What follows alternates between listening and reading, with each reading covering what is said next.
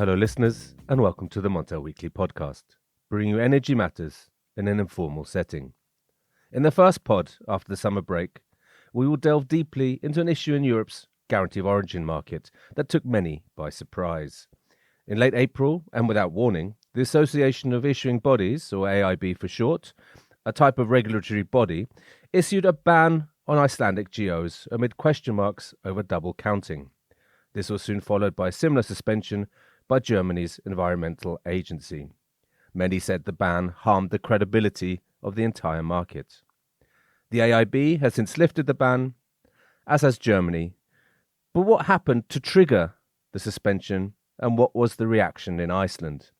Helping me, Snjólfur Sverrisson, to answer these questions and to provide clarity about the turmoil is Tinna Traustadóttir of Landsvirkjun. A warm welcome to you, Tinna. Thank you. Thank you for inviting me. I'd like to start, Tinna, by talking a little bit more generally about Iceland and guarantees of origin, or GOs for short. How important are they for Landsvirkjun? Well, let me start by saying that Landsvirkjun has been selling GOs to the international market since 2011. And of course, what's so special about Iceland and guarantees of origin coming from Iceland is that we have a 100% renewable system. And also Landsvirkjun is selling TÜV certified both hydro and geothermal guarantees of origin. And that has been a certification that we have now had for the last 10 consecutive years. And this does verify that our GOs operations are in line with best practices. I would also like to say that our energy generation has among the lowest carbon intensity in the energy sector. And Landsvirkjun as a company has a goal of becoming carbon neutral within short. And we are a company that's recognized among global climate leaders. But the increased income from GOs, that does support our future build-up, obviously.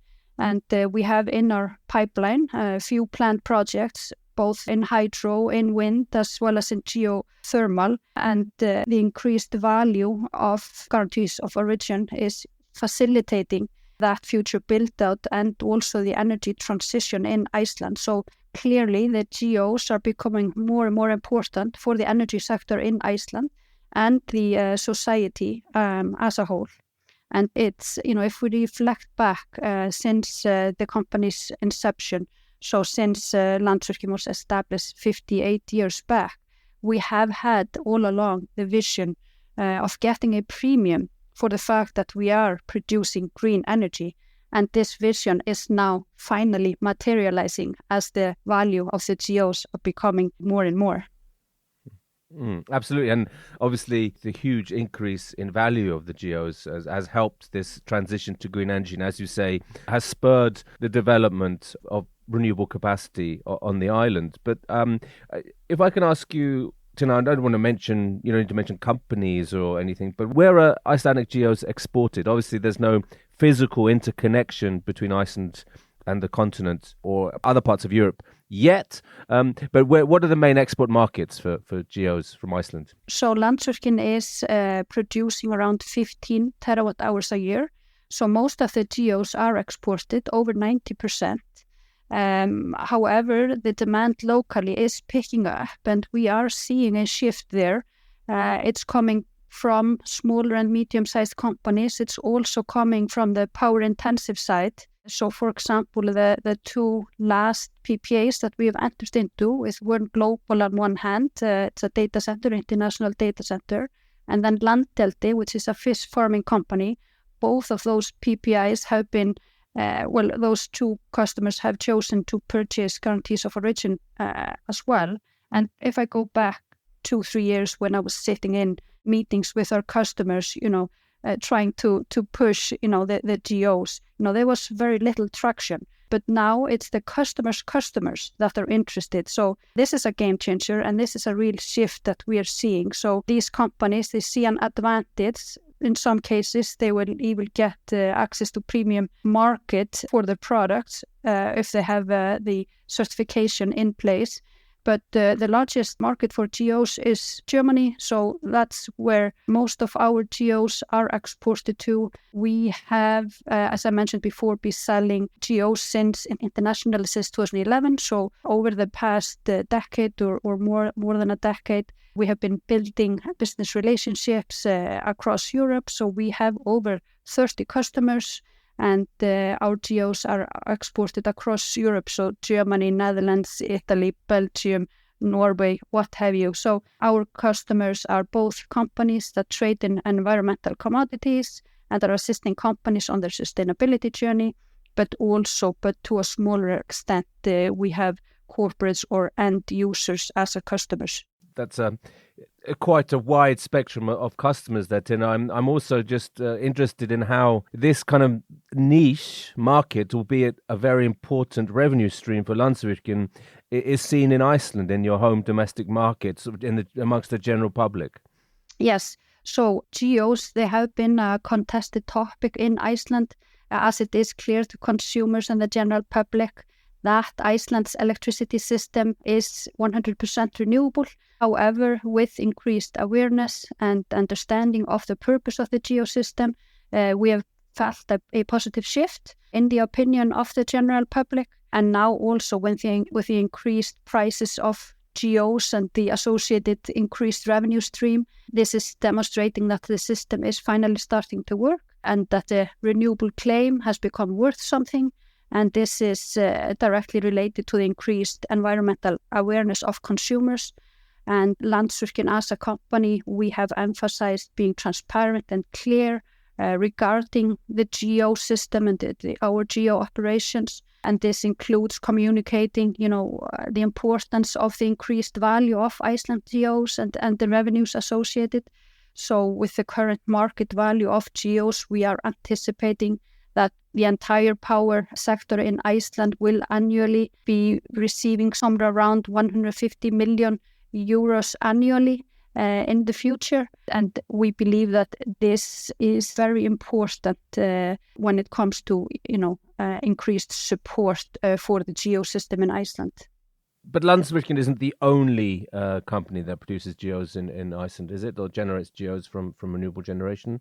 Correct. So at least the three largest energy companies in Iceland are selling GOs to the international market. But it's becoming more and more attractive also for the smaller producers to sell their GOs. So we might see that happen down the road. And obviously an important revenue stream for those smaller sized companies in production and could support their further build-up of renewable energy. Absolutely. I mean, Landsvirkjun obviously is by far the biggest producer, so that's a very important player here, I would say. But in Norway, for example, there's lots of opposition from industry to the GO system. Is it the same in Iceland? Is especially the big kind of aluminium producers have often come out against or heavily criticized the guarantees of origin market. Is that the situation? Is that how it's reflected in Iceland too? Yeah, you're correct that there has been opposition to the GO system in Iceland, and you make the reference to Norway as well. We are marking a change in perception. One of the reasons, why there has been opposition, at least in the Icelandic context, obviously the purpose of the European GO system is to promote increased renewable electricity generation. And as Iceland's electricity system is already fully renewable and not physically connected to the European grid, industry in Iceland, or some have claimed that Iceland should therefore not be able to participate in the system. We've also heard, from industry concerns that the GOs and the increased price in GOs, this could impact the competitiveness of the industry. But if you look at the international power markets, the power prices in Iceland are competitive. So the GO per se, that's not going to impact the competitiveness of the industry in Iceland. Absolutely, because Iceland was obviously quite well shielded from the huge price spikes in power prices following the invasion of Ukraine by Russia. Yeah. If I may add, if you turn things the other way around, and asked the question, if Iceland were not to participate in the GO market, this is the only international verification for renewable electricity usage. And that would mean that would not be available to consumers, and Icelandic companies would not be able to support their claim of using renewable electricity. And, by that way, we could lose the competitive advantage and obviously green premia for the renewable resources. And in addition, it would be a breach of the EU agreement, if we were not able to participate in the system. Absolutely. I mean, this question of verification is all important, isn't it? And as you mentioned, the GO is the only certificate that provides that verification that's internationally recognised. But Tinna, let me turn now to what happened in late April. I mean, it was literally the decision by the Association of Issuing Bodies. A bit of a tongue twister there. Literally overnight banned the import of Icelandic GOs into Europe. What was your reaction? Well, this came, as you point out, out of the blue. So there was an article published in a German media. It was talking about potential double counting in Iceland. So following that, AIB conducted an investigation of the alleged double claiming or double counting of renewable electricity attributes in Iceland. And there was a rectification order that was put in place April 28th with the immediate suspension of Icelandic GOs. So since the ban was put in place, we have put a lot of efforts, a lot of work into working with AIB and then subsequently the German Environmental Agency providing necessary data. And we've been able to provide evidence that there is no double counting taking place in Iceland, meaning that the electricity producers and Landsvirkjun in this case is just selling the renewable attributes once. So there are not PPAs with green attributes included, and the GOs are then sold for the same energy elsewhere. Okay, so that's the core of the issue, that the AIB was under the impression that this was happening, that you were selling the certificate twice. Yeah, so that was one angle, and then there were also talks about double claiming, which is when an electricity consumer is claiming to use renewable energy without purchasing GOs.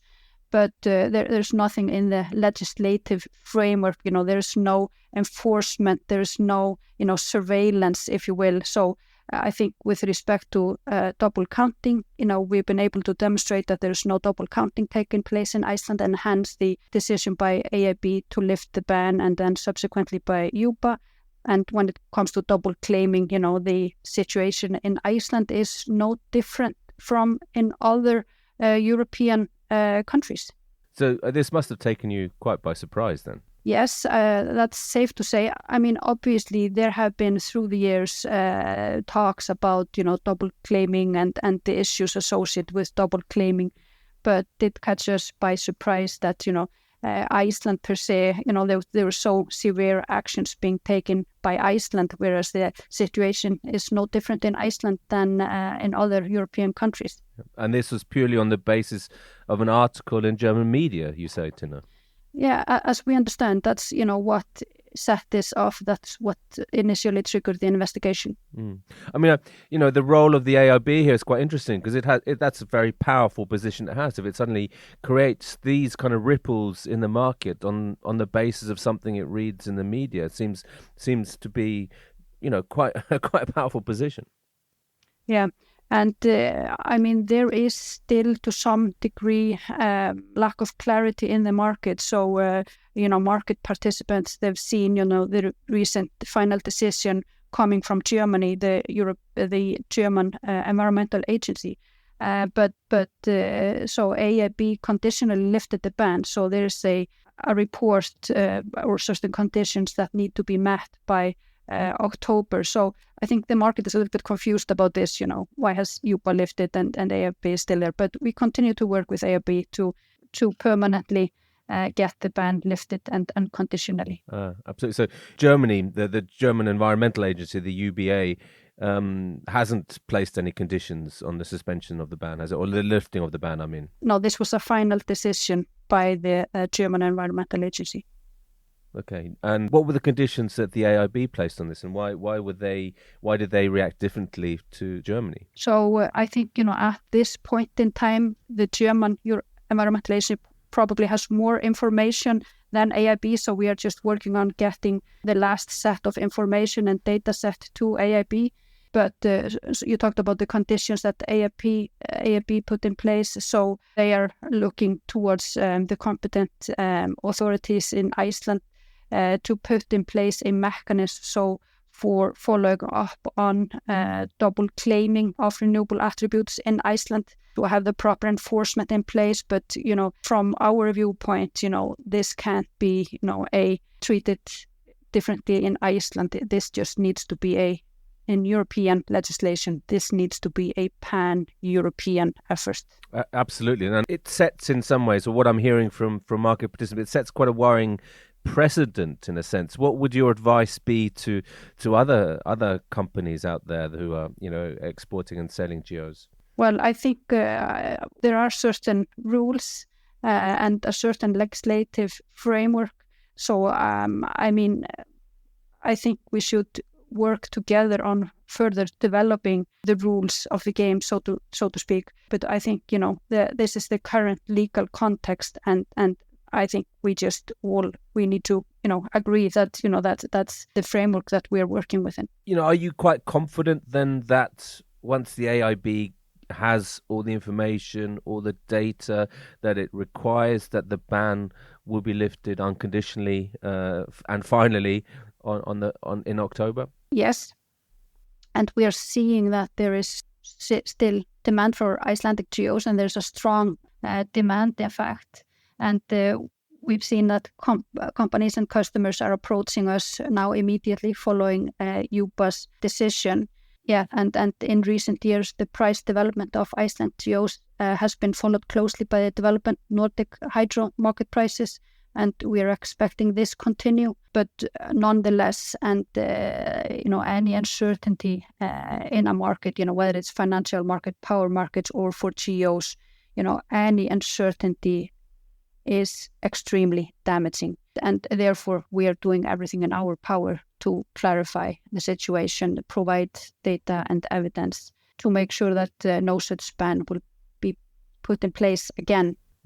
Absolutely. I mean, it'd be interesting to, on a future podcast on the Montel Weekly, to have the AIB put their case. But in the meantime, I'd like to ask you a bit about the future outlook for Icelandic GOs. How is that likely to develop over the years to come? I mean, we've seen in the last few years there is more demand than we are able to supply. So I think we're continuing to see strong demand. And someone said that any crisis, there comes an opportunity. And out of this crisis, I think, we have been strengthening the bonds with our customers. We've invited our customers to come to visit Iceland to see the power plants and to educate and so on and so forth. So I think the future outlook for GOs in Iceland, we think that we will continue to see local demand picking up and then also continued strong demand internationally. And that includes kind of industrial players, data centers, these kind of companies that are looking to Iceland also to set up shop there, if you like. Yes, exactly. Tinna, thank you very much for providing a very detailed and insightful explanation of what happened in late May and how the importance of GOs for Iceland, but also generally for the wider energy transition. Thank you very much for being a guest on the Montel Weekly podcast. Thank you for having me.